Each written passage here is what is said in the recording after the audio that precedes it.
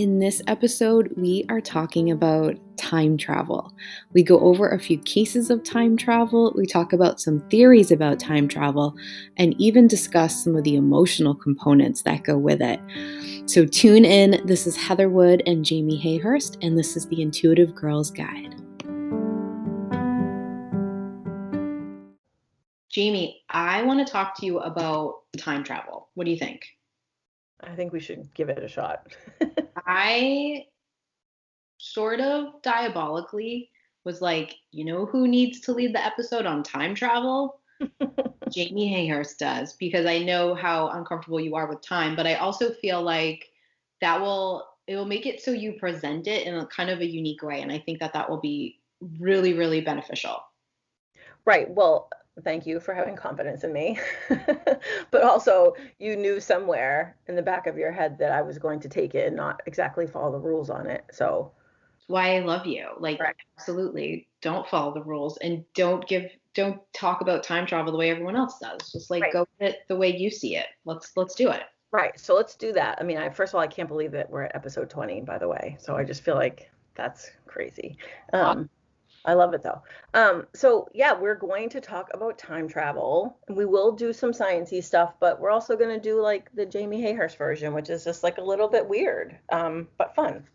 I love So it. A little bit weird is if you were going to just describe our DNA, that's what you would say. exactly, that's us. Hmm. So I mean, I'm like essentially, I'm going to like declare myself the Marty McFly of this series of podcasts, time of time podcasts, because that's what I think about when I think about time travel, is like Marty or whoever Keanu Reeves was in Bill and Ted's Excellent Adventure. I don't know if he's Bill or Ted, but I preferred Oh, him. I can't Um, remember which one he was. I think he might be Ted, but Doesn't he, matter. I love it. Yeah. So this topic, while we all know that it like triggers me and makes me feel weird, it also like triggers like sort of the nerd in me, but not because I want to like go into like the actual like physics lessons of it, but because I love the way our culture has presented time travel through things like Doctor Who Mm. and like Star Trek, or like we said, like Back to the Future, things like that. Like what I'm a red-blooded child of the 80s. Like that's in my blood, is to think of time travel. So I think that we should talk about it, but I think that where I get a little stuck is like, are we talking about intuition? Is this like a metaphysical topic? Is this an energy topic? Or are we talking about like science and physics? Um, but I think like everything else that we talk about, it's both. I love that you made that point, because I constantly feel like when people are like, "Well, what's an intuitive topic?" It's sort of I view it more like the lens you look at stuff with Right. than like an actual sort of like, "Oh, this falls in that category." And I think time, a lot of people hear and they think of it maybe in a sciency way, or they think of like goal setting or their birthday or something. But I know, and I know this is true for you too, mostly because I drag you there for the time subject. But I know, like, I look at time in the lens of like, how does it feel? How am I perceiving it? And I think that is like an intuitive thing. Right, exactly. Or like what we talked about in the Reiki episode, like there are things that humans have been doing since the dawn of time that we can now back up with science. So Hmm. they're both intuitive and they're scientific because they can be backed by science. But it didn't begin as a scientific study or something like that. No, it began as just like us going, oh, the sun and the moon do the same thing all the Right, time. And right. when we do this, we're going to say this. Like it's not, it's studied by science, but I don't know that we could actually put it in any category really. Right. And I think also we talk about this a lot, Jay, but I'll just mention it here. Like I'm so sick of like something having to be in one category or the other. Like Yes. I'm so tired of that. Like everything is so polarized. Like, Right. yes, you can look at stuff from all different lenses, and time can be something you study in science class, and time can be something you take a goal setting workshop on, and time can also be an intuitive topic. Agreed. I'm 100% with you on that. And I think that we're all better off being able to see things coming from all different perspectives. Yep. Um, so as far as the science part of it, I'm not going to do that. I'm not doing the science with you. I'm going to list for you the scientific theories. I mean, like Heather said in the other episodes, Einstein couldn't figure this out. So I'm not. Um, but scientists can't even really agree on whether or not time travel is even possible, like scientifically. Like they don't know if these theories, so the theories are there are multiple ways that scientists have theorized that you can time travel, and those are through black holes, through infinite cylinders, through actual time machines like the TARDIS in Doctor Who, cosmic strings, and wormhole travel. So those are all like theories that scientists work on. But we can't even get like a collective decision of like, yes, it's possible. There's not even like a group, like a unanimous, like, yes, this is possible. Some scientists say absolutely not. It's scientifically not possible. But even if it were, lots of scientists theorize that the human body can't manage the time travel, right? So like if we could figure out how to create a time machine or how to like get through a wormhole, would like the human flesh be able to withstand that? Some people say no. Some people say yes. Right.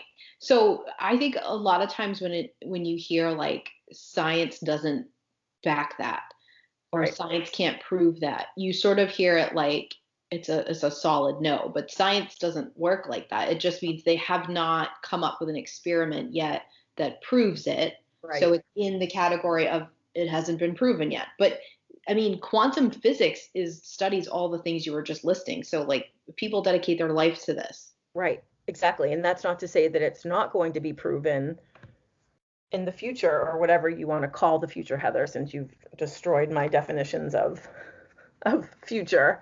Um, but that's not to say that it's not that we won't be traveling in like DeLoreans in 50 years. I mean, I would be happy just with like a real hoverboard, but there either. Okay. So patience. Such a disappointment as a kid from the 80s when we got here and we don't have those hovering skateboards. All we have, oh, never mind. I'm not going to comment on it, but yeah, there's a lot that we have from that movie that we didn't want. Um, the one scientific theory that I liked that didn't like completely destroy my brain was but it's like sort of dark and grim is the grandfather paradox, Oh, which I love this. Yeah. so it's dark in that the theory um, says like, even if like the math and the science check out, and then you can like manage the implications of like physics and science on like the body and like the time space continuum, if you can like get through all that, and then you get there to wherever there is that you're traveling. um, the grandfather paradox illustrates issues with what happens when you disrupt time. So say theoretically, if you go back in time and kill your grandfather, not that I suggest doing that, but if you were to, what happens to you? Right. Are you ever born? Right. Yeah. Like, are you ever born, or do you exist in another dimension? Which is what then I tap out. Like then I'm out of the conversation because I can't function with the idea that there's like another me somewhere else. Yeah. This creates that loop that I think our brains just can't do, which is like, so if your grandfather was this just ass to you your Right. whole life, he was terrible, and like you go back in time and you like see him on the edge of a cliff and you shove him over just to Right. like, ha, gotcha, you bastard, right? Do you then cease to exist? But you would have had to exist to kill him. Exactly. So it doesn't ever, you can't get out of that loop. That's where you lose me. That's why I don't want to be here talking about this right now. I want to be here talking, but not about time. No, that's it becomes it, or like so say you go back in time and you kill your grandfather in after you were born. right? So you cover that, like, okay, I'm born. So it's not like, you don't kill your grandfather when he's 8. You kill him when he's like 50. So you're already born. But then what is that? So then we come to this other scientific theory, which you're probably more familiar with, which is the butterfly effect. So it's like the butterfly effect posits that even the slightest, smallest ripple, like, of change in time can create what they say is a typhoon. Like the butterfly theory says the fluttering of a butterfly's wings can cause a typhoon. Just like the smallest little change can grow and grow and grow and affect big change, big problems. So your grandfather's, you're already born. You go back in time to say when you're like a baby and you push your grandfather off the cliff. So that's not going to make you cease to exist. But then does it change your upbringing? Does your grandfather's death then like throw your mother or your father into like a depression, and then that changes your upbringing? Do you have to then move? You know what I mean? Like those ripples. Yes. It's too much. It's too Yes. much. And can I add to that by saying, like, if you knew what was going to happen to you in the future and you saw some of the bad things and the good things, like, would you try to change it, or would you just go with it? Like, it's too much for our brains, I think. Like, Right. we can't do that. And, like, I don't know if you ever saw, I think it was called 21. It's also a book. James Franco's in it, and it's about, he like time travels back to save JFK, like to stop him from getting shot. Oh no, I didn't. Okay. It's I'm sure it's somewhere on some network now, but it's really, really good. And the book, I guess, is really good too, but it's super long. So I'm gonna tell you to watch the movie, but maybe somebody else can read the book. But the whole premise is that, like, he keeps trying to go back and change it, and like he goes back and back and back through this sort of like wormhole thing, and he ends up like doing it, and then like the world isn't better, it's Right. worse. Like, you Right. don't know what's going to happen with that butterfly effect. You don't know, like, so your grandfather, maybe you save your grandfather and he lives, and then he goes and does something, like it just creates this infinite possibility thing that, like, we can't even do. Right. It's too much to try to, like, for our like small human brains to try to comprehend and to grapple with. It's too much. It is way too much. Yeah. With you. Hmm. So Um, I do have some examples of time travel, but this is really hard because there's no, like, when we did the past lives episodes, there's anecdotal stories about that, but there is a little bit of an ability to fact check, right? That, you can go back and see what, like, warship someone was on, or whoever, you know what I mean? Like, there are sort of facts that you can check a little bit. With time travel, you can't. Hmm. You can't go back, you can't be with them, so it's hard. They're basically all very disputable, um, but that's all just dependent on, like, how you want to see it. You know what I mean? Like, if you want to read about them and you think it's cool, then cool. Right. It's again that thing where you have to listen to these stories and, like, not feel the need to choose a side. Like, you just have to listen and be like, okay, if this is true, this Right. is what this experience was. So what does that mean to me? How do I react to that? Right? Like, it's more about that than like stamping yes or no. Right. And like every single one that you read, like, I mean, there are some that are, the two that I'm going to go over are very sort of common, and that you'll find the most of them when you do research about them, but they all end with, but it was this, but it was that. There's always some sort of rationalization or explaining away or just saying, like, but it wasn't true, but I Right. mean, but just look into it if you're interested. You know what I mean? And also, don't you think, because I know you also read like a bunch of time travel stories like I did, there's a lot of things that are similar, Yes. like, that I'm not sure would be like, they're like weird details that people like all say, that sort of like when people say they have had a death experience, and like the description of the light, and like, why would everyone just pick that? Like, there are some things that make me go, wait a minute. Right. Or like when they're talking about aliens, like they all sort of look the same. So Hmm. it's just, I mean, obviously take it with a grain of salt, but also maybe not be as skeptical as society wants you to be about it. Who Um, cares if it happened or not? Let's look at it like a scientist looking at a theory. right, exactly. So this one I like because there's an actual photo involved, so you can look at it. It's called The Hipster at the 1941 Bridge Opening. Um, so there's a photo, and scientists or whoever looked at the photo and verified that it was a real photo and it wasn't altered. Um, it's a photo of a reopening of a bridge in British Columbia, and it was alleged to show a time traveler. And it's called the hipster because the guy looks like like a hipster, like what we in 2020 would call a hipster.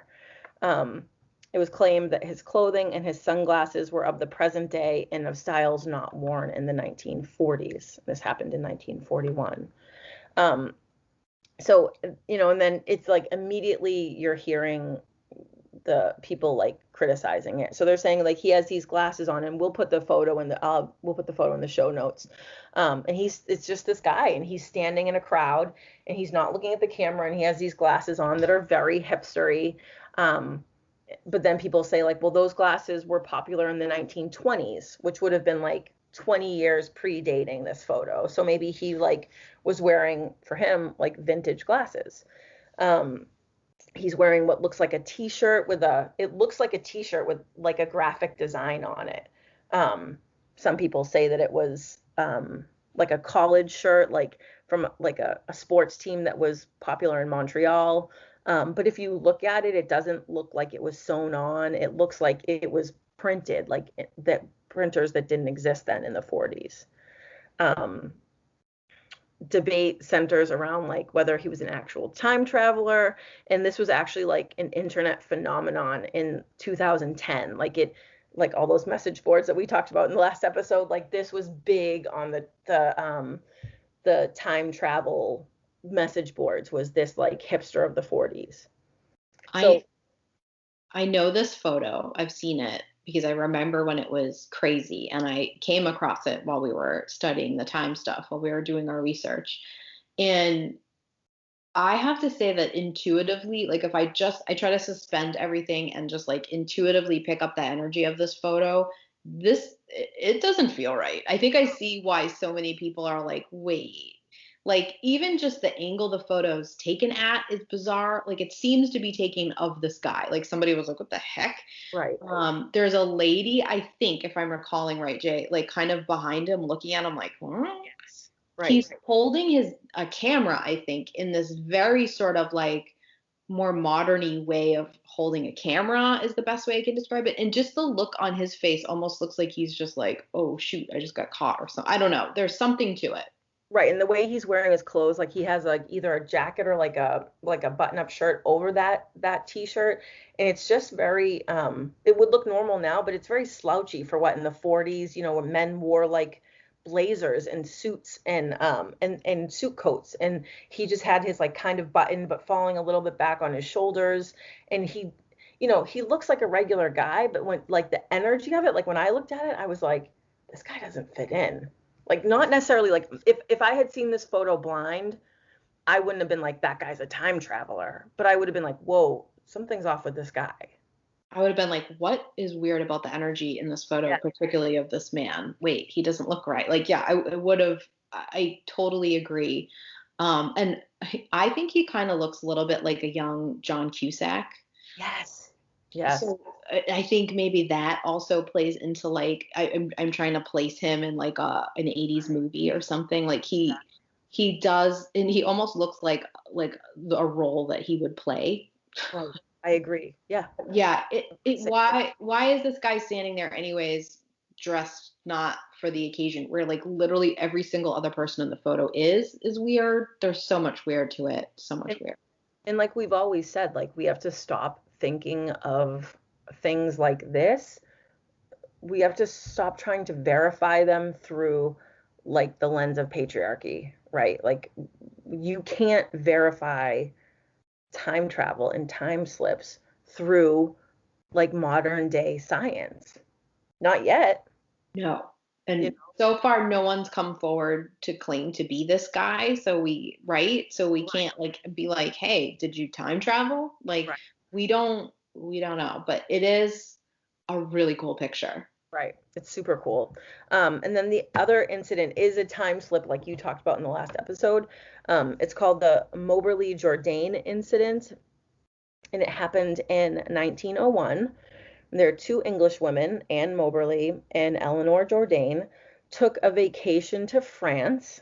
And as you do when you go to France, you go to the Palace of Versailles. Um, and they visited what's known as the Petit Trianon, which is the small chateau. So, like at Versailles, there's this small little sort of outbuilding. It's on the palace grounds, and Louis the XVI gave this small chateau to Marie Antoinette as a private space for her and whatever teenage queens do with their, whatever she was doing. This was Marie Antoinette's space. So in 1901, these two English women were visiting, and they claimed they saw strange occurrences. They didn't report like in your stories, Heather, where they didn't feel immediately sort of jostled and like they were in a different place. They were just walking the grounds as tourists, and they started to notice like, that's weird. That doesn't make sense. So they started to see that people were wearing clothes not of the 1900s, that they were dressed more in clothing of the time of the 1700s. They started to hear strange voices, even though that they had been with a tour guide. And then they saw buildings and other structures that weren't there anymore. So, and then when they went back and studied after this experience, they went back and they realized that these buildings they saw were there in the 1700s, but they weren't there in 1901 when they were walking the grounds. And then they said that they finally caught sight of Marie Antoinette herself drawing in a sketchbook. Wow. So, I mean, I think you can sort of like rationalize until you start to then see like a historical figure. Like then how can you then rationalize that? Right. And this is in 2020 when you would have someone doing like cosplay of Marie Antoinette. This is 1901, where you were like a dignified English woman touring the Palace of Versailles. Right. And Disneyland. Right.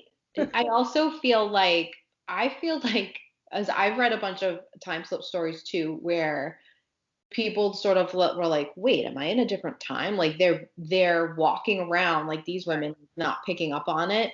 And I always think like, okay, I feel like I would know right away. Like I feel like instantaneously I'd be like, what? But I feel like if I was with my husband, who I love dearly, we could be in a time slip for an hour before he noticed. Like I don't know that he would pick it up. Sorry, Matt, if you're listening, but maybe you might not pick up on it. Not right away, or he would just be like, oh yeah, that's interesting. Like I'm always reading so deeply into everything that's happening that I feel like I would be like freaking out and he would just be like, whatever, it's just Marie Antoinette. I'm sure there's a reasonable explanation. Like, do you know what I mean? Yes, exactly.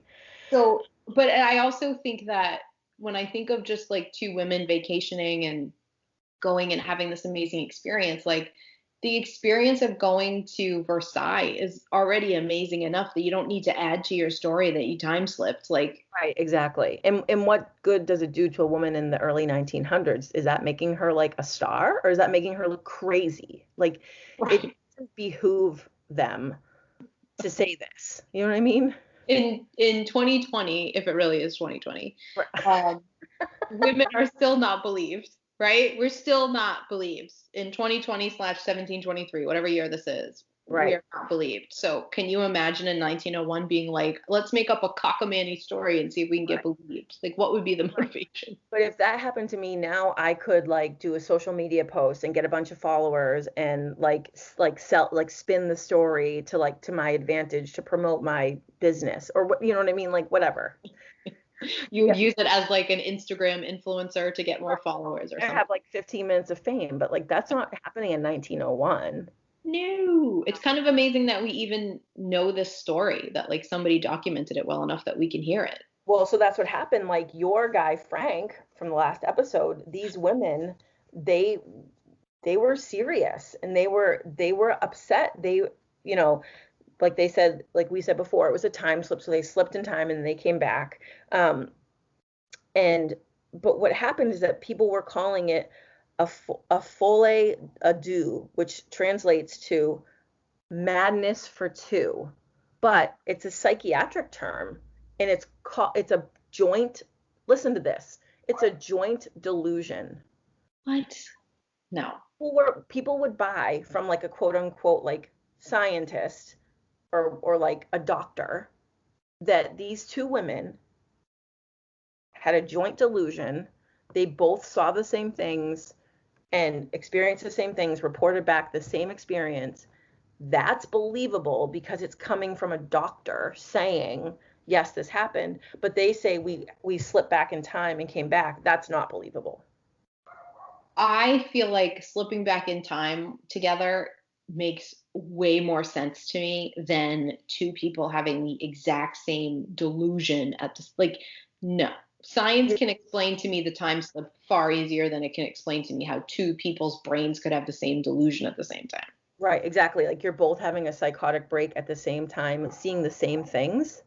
I don't know about that. So I No. just further proves that humans will work really, really hard to explain what they think is unexplainable rather than trusting A, someone who says they have an experience, and B, trusting their own gut about it.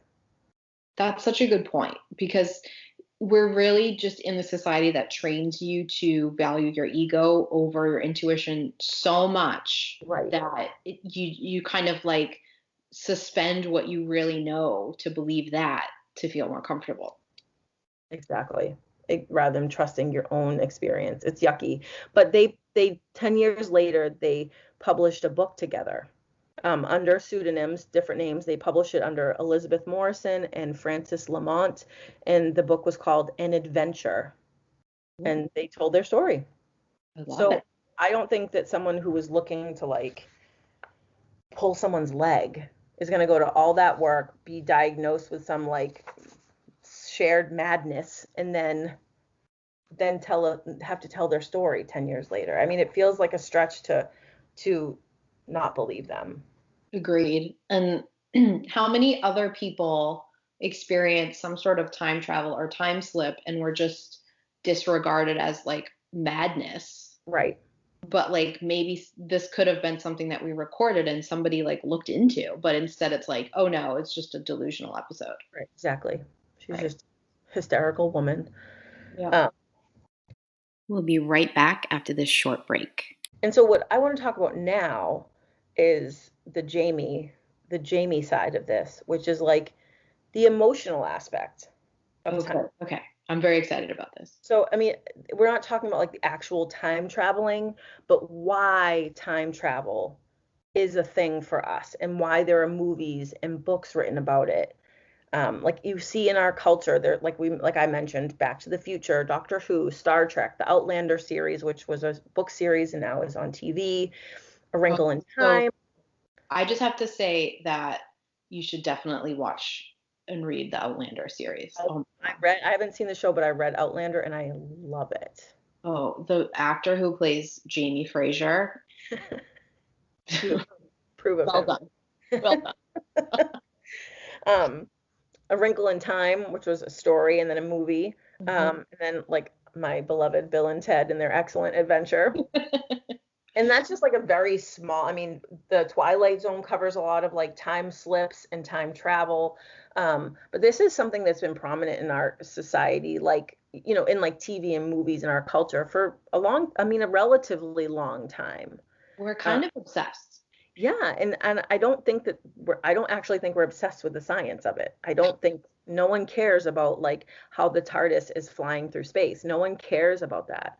Mhm. Um, in fact, we're very like happy to sort of suspend disbelief and be like, yeah, she went in A Wrinkle in Time and went back and found her father, and without really any explanation. I mean, a little bit, but not like a ton of explanation about it. But we like the story of it. Right. We want to see the the story of it play out. Like, oh, what's going to happen? Yeah. And that's where I come in because I love the emotional why. Why do we like that? And it's because we get something from these theories of time travel. And that is because We want to fix something. We want to save someone. We want to add more time to our life or to someone else's life and our experience with them. We want to connect with someone that we miss or that we never got to know. Or we want to save the world. We want to save the actual world. No pressure. But that's what we get emotionally out of the stories of time travel. And when you sort of dissect all of that and look at all of it, it's that at the end of the day, we want to feel more powerful and more in control, right? So this like wild theory of like these scientific theories that we can't even understand, that the smartest brains in of our time can't figure out. We don't care. We want like the emotional connection of that we get from that. And don't you think, I love everything that you just said. And don't you think that the fact that time is this one area that we can't move backwards in and we can't move sideways in, and like we Right. can in space, we can in so many other ways, that like it's just like you can't do this. I feel like the like rebellious child in all of us is like, wait, I Right. don't I don't want to believe that. Like I want to believe that I can change time, and maybe even just on the concept of like healing the past, Right. like just to make something better, because it's like this fixed thing that already happened. It feels, it really makes you feel like you have such a lack of control. Right. And I think if you could narrow, like pinpoint what would make you feel the most powerful, if you could feel powerful, how would you feel the most powerful? And what's more powerful than like defying science or time or death or disease? Yes. I mean, in every one of those except Bill and Ted's Excellent Adventure, which they just wanted to like, pass their history exam. Although their music did go change the world after that, but still. But like, what's more powerful than that? That like, if you feel like, like your dad dies, or you never got to meet your mom. Oh wait, am I talking about my own life? Oh, I am. This could be a movie. Ah, exactly. So all these things that happen to you, like if you could be more powerful than that and change things, like I don't care if that's possible, really, like it is or it isn't. But at the end of the day, it's that we want it to be possible and we want to feel like we can adjust those things. Yes. I mean, don't you think that and maybe you disagree here, but I think that the most difficult thing to deal with as human beings is grief. Like it's losing somebody that you love, or not having the control to like still have something be a part of your life that isn't. And like the scariest thing is like losing somebody, like a child or a parent or a spouse. And like the fact that like that's the worst thing we can go through, and the only really thing that we could do to stop it would be to time travel. Like that, of course, is going to make us feel obsessed with it, because grief is such a difficult, terrible thing.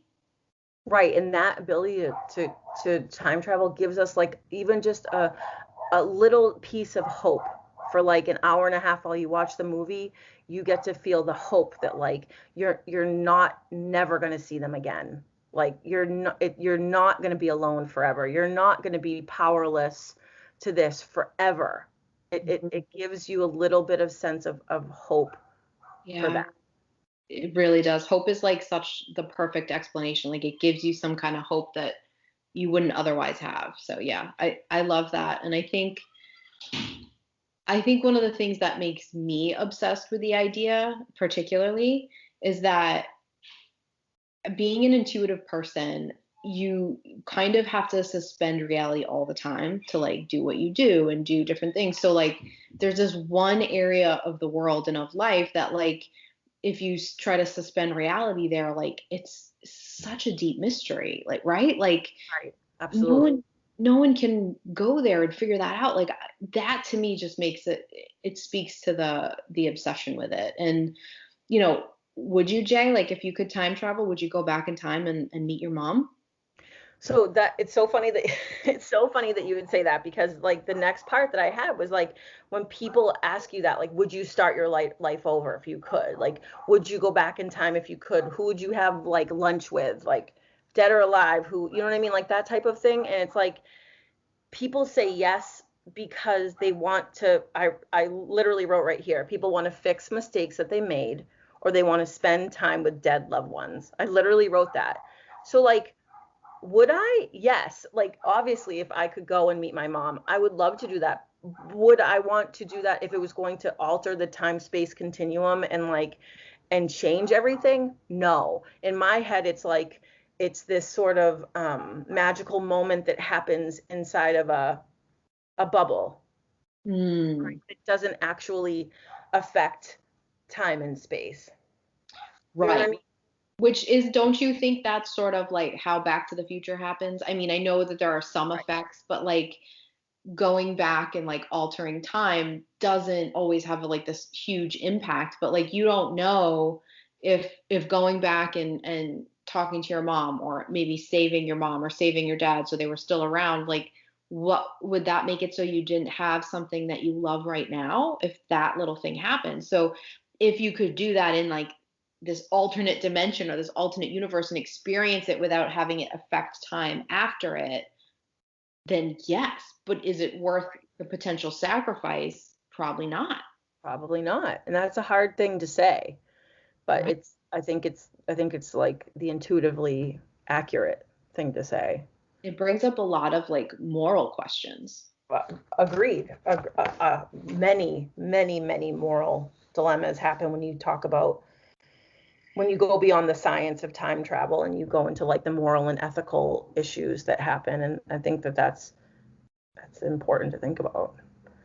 I sort of think too about, do you remember as a kid, like you have this moment where like you really realize that you can't move backwards in time? Like you make some sort of mistake and I don't know, you get grounded and can't do something, or it's not usually like a super high stakes thing, or like, I don't know, somebody's sick or something, and or you do something that you regret, and Mhm. you sort of have this almost natural instinctual feeling of like, I will just go back and fix it. And like sort of like slamming into the reality that you can't is this really weird moment as a kid. Yeah, I remember my son when he was probably 4 or 5, he opened up a box and it had a birthday gift in it. And I said, like, don't, I said, oh, just leave that. Like it had just come in the mail. I was like, oh, just leave that. And I turned my back and he opened it and he saw it. And the look on his face, and he started crying and he said, I wish I could, I wish I could not open this box, but you Yeah. can't. You know what I mean? It's like that feeling of helplessness, of not being in control, like that. It makes us as a society want to like grab a hold and tell tales of being able to do just that. Right. And this makes me want to bring up a question that you'll hate. Are you ready? Yes.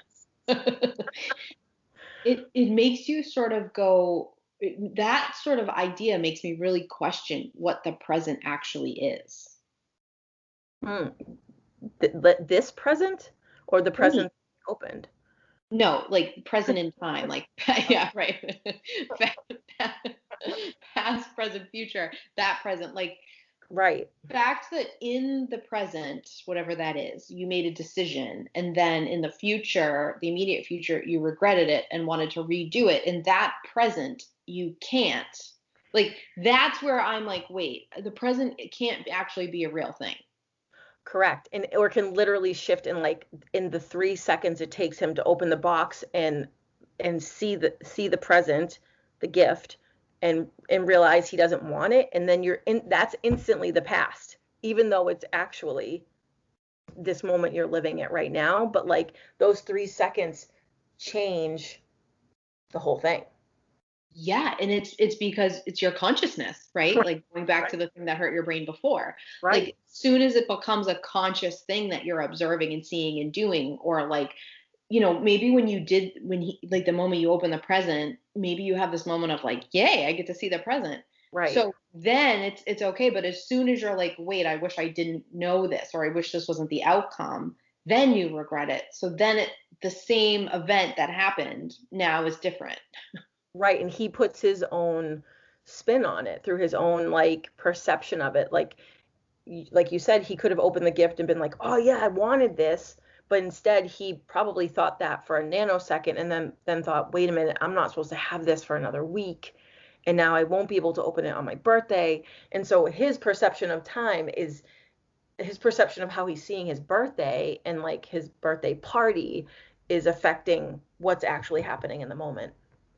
It's mind blowing because he kind of time travels to the future, Right. realizing that he's ruined a His whole future. I mean, he hasn't, but in his mind, right. Like it's so crazy. right. Well, that's where heads explode because it's too much to try to manage all the like the all the possible outcomes. Right. It's sort of too like, when you watch a movie, you kind of forget, at least I do, that you're watching a bunch of still pictures, like a bunch of quick snaps of a present moment put together to look like you're watching, life, but you're not. You're watching like a bunch of snaps of present moments in Mhm. the future, but it's the way it's projected, it's in your present. It's so weird. I Yeah. can't. It's a lot for our brains to manage. Yeah. Um, We pick right. this topic during a pandemic while we are like helping our kids learn remotely, and why did we do this? Yeah. Well, what we did. Well, you can all learn from our confusion. Um, I have one last thing, and this is something that I don't know the answer to, so I'm going to make you answer it. So I want to know what you think about the difference between time travel as like an American or a Western society, how we see it as Americans, versus how intuitive people experience it.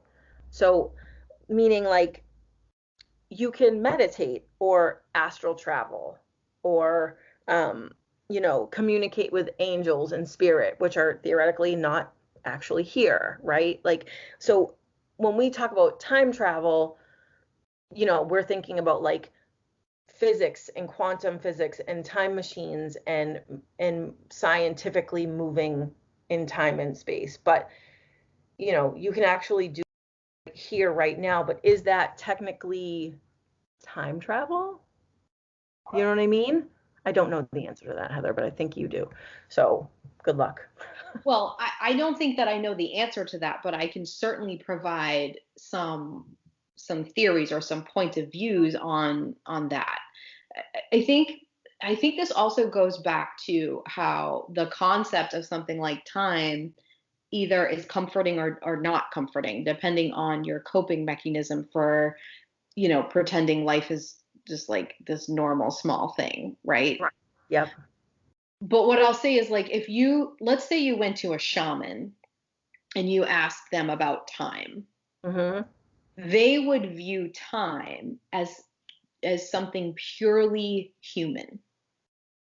Right. Are you with me? So Yep. they would say, okay, to you, how you're feeling in this moment is you're being affected by time like this. But time is only happening to you. Time is just an illusion. It's something that you accept as like the greater consciousness accepts it. Collective consciousness buys in, so it's affecting you this way. But Right. what they would want to do is help you sort of transcend the idea of that and say, how about we just look at like how you want to feel and like move towards that instead. Like they would sort of, I don't know if I'm explaining this well, but they would sort of lift you out of like the very human small version of time and say like, let's not focus on that and let's instead focus on like what you're trying to create. Right. Like that whole thing that like, everything's an illusion. Right. Like, and if you can move out of the illusion and what like you think you're perceiving, then you're more able to like affect change in your life. Right. Well, you know what this makes me think of a little bit. So you made me do something that hurt my brain, and I think it was subconsciously payback for doing this subject matter. You made me watch the documentary The Vow, which I started Oh my last night. God. Okay. Oh my God, I love it. Okay. So I have all this time mumble jumbo in my head, and you're making me watch this documentary, which is also breaking my brain because Mhm. I love human behavior. Like studying Yeah. human behavior is something that I dig. So something like why do people join a cult or buy into this is like something that fascinates me on this very deep level, right? Same. Okay, so hang in with me in this. Mhm. Wow, this connects to time. Okay. when I'm when I'm like watching something like that and I'm seeing why somebody is like suspending their intuition or like Mhm. buying into something, the reason is it's like a very basic human concept, and that is because it feels better to believe something else, or it Yeah. feels better to say like I can't explain it but you can. There's a system that makes sense, and like hand it over, Yeah. right?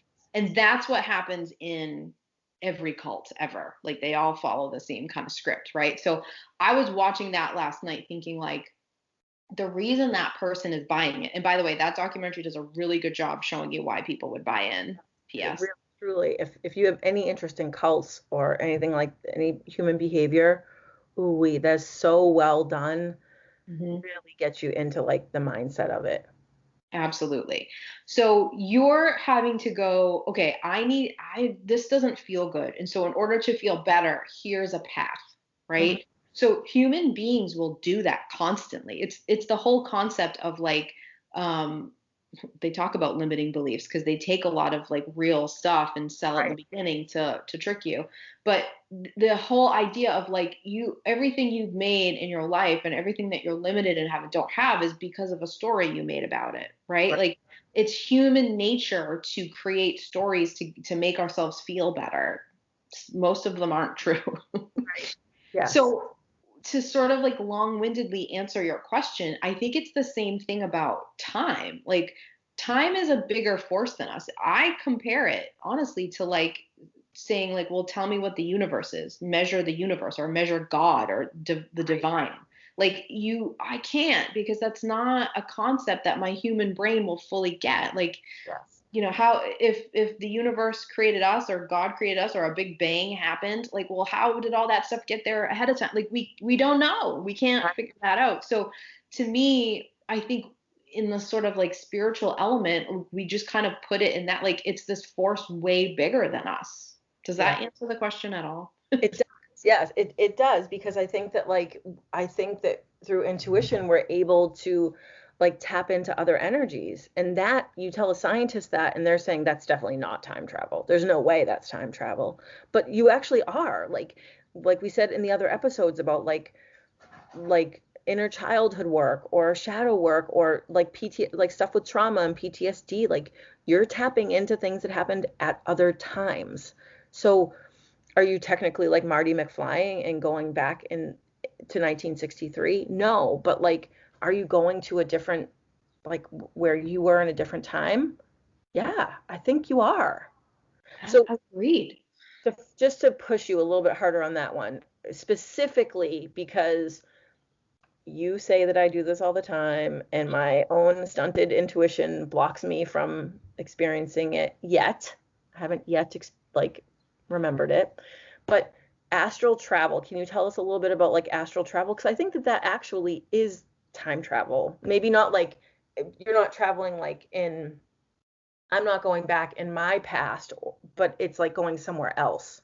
Yeah, definitely. So it also breaks the rules of like the space-time continuum, Right. right? Like it's doing that thing that I was saying before that like a shaman would tell you to do, which would be to like leave the construct and confines of how you view time because time is only affecting you the way you view it, right? Like Right. if I convinced you that 3 days was a year and you didn't know anything else, you would think 3 days was a year. Like it's all just what you know. Okay. So Right. like that. Okay.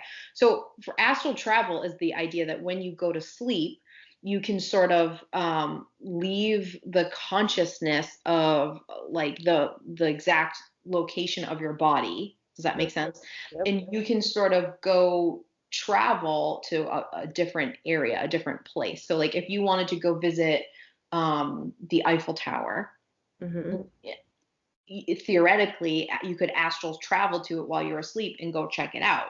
Now, it's not just a fragment of your imagination. It's that you're able to sort of rise above time and space and just bring your consciousness to that part, sort of like remote viewing, like comes along those lines.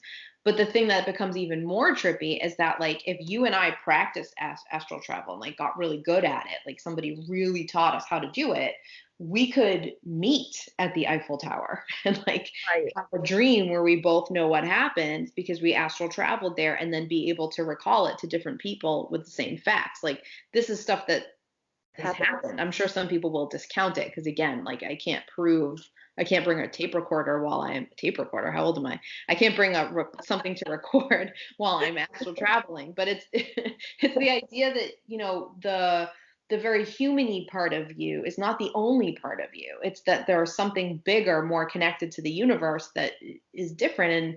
And, there's scientific theories that say if I traveled high up enough in space, away from the earth, that like a year for me when I came back would be like 100 years here. Like, so the idea that like the way you move through space and time can be altered is something that you again have to accept to think about astral travel.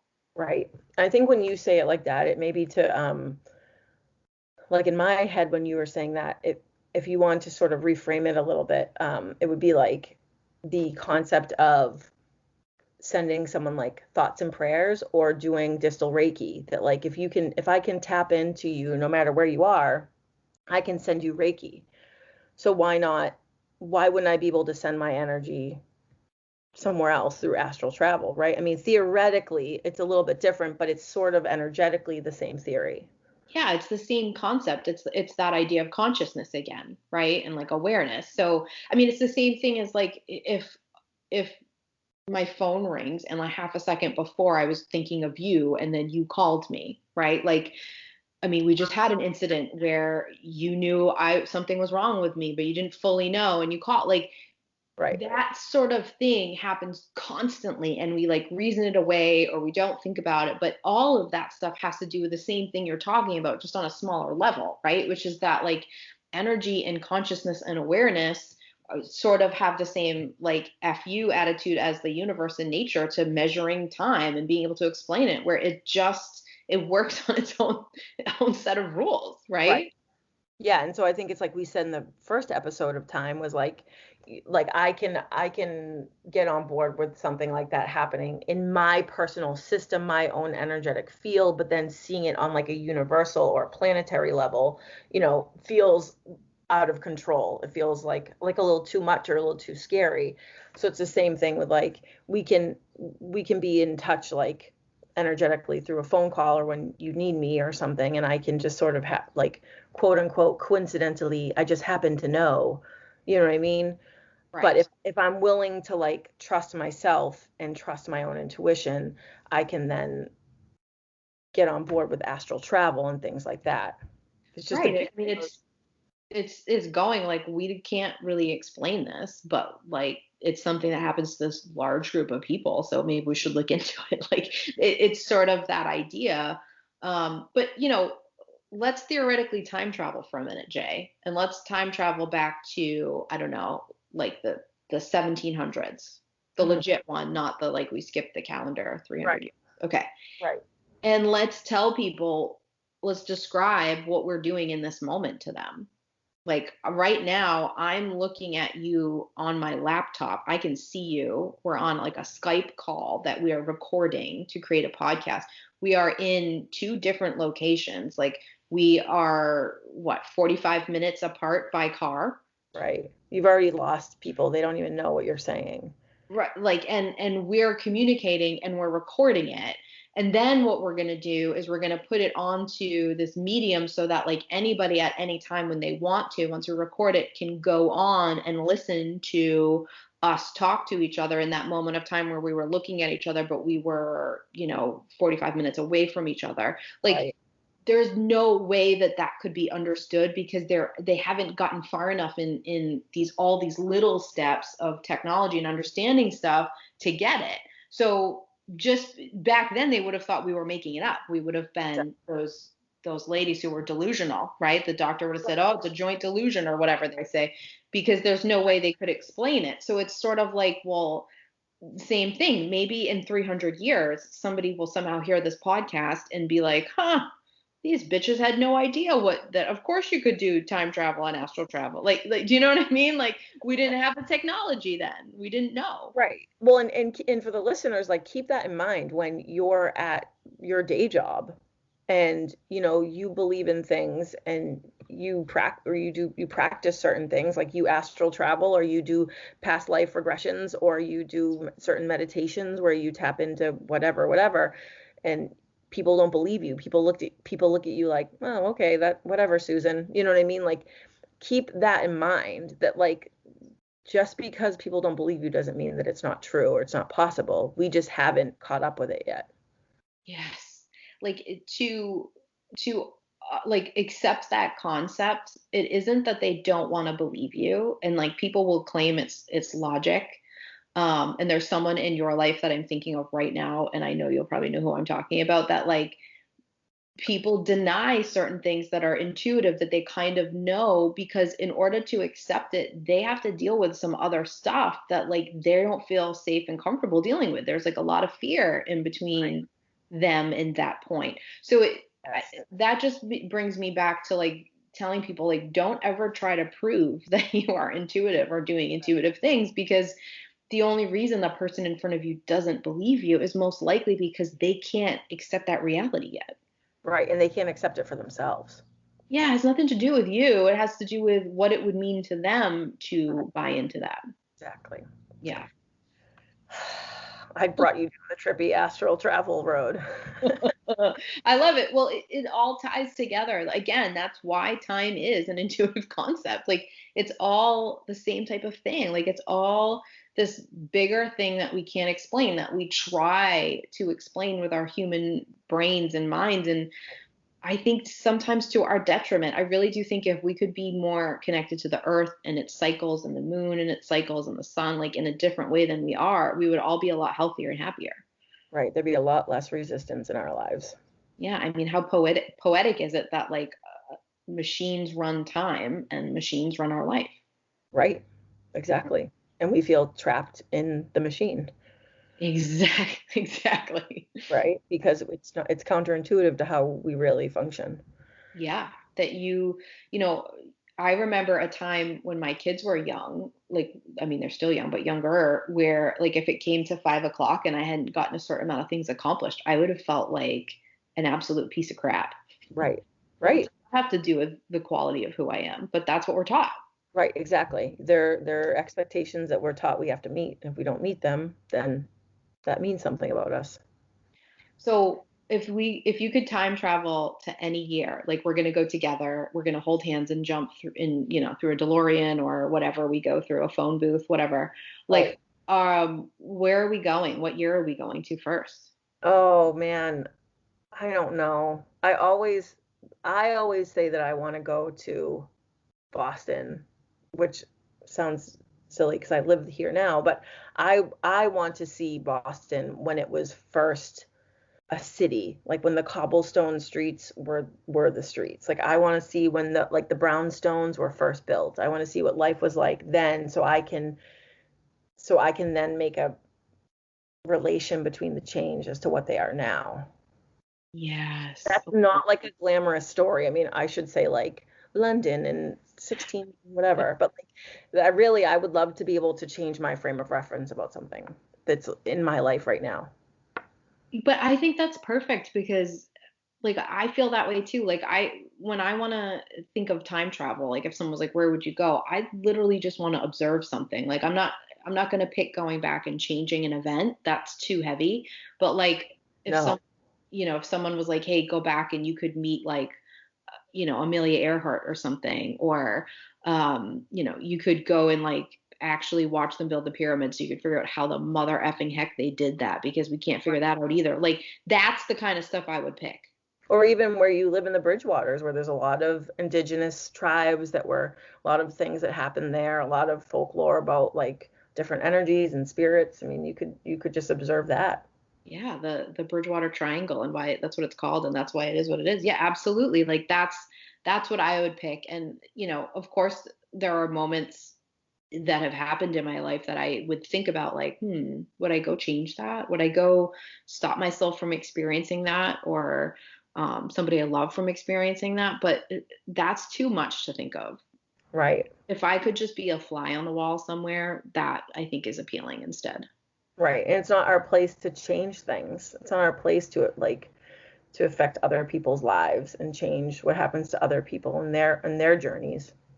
Exactly, exactly. So it's a heavy subject, but I think it is fun to think about, like, what would you go back and watch? Like, what would you go see, or who would you go meet? Right. Like, that wouldn't maybe influence everything. Right. I agree. I love it. All right. Well, that's what I get for you for time travel, Heather. I love it. All right, well, let's time travel to the next episode Yes. next week. We're going to talk about the Mandela effect, another crazy time thing. Yeah, that is time related. I know that it's a pop culture phenomenon as of recently, but it's time. I am obsessed with it, so I can't wait. Another thing that makes me mad. All right. Bye. Bye. See you later.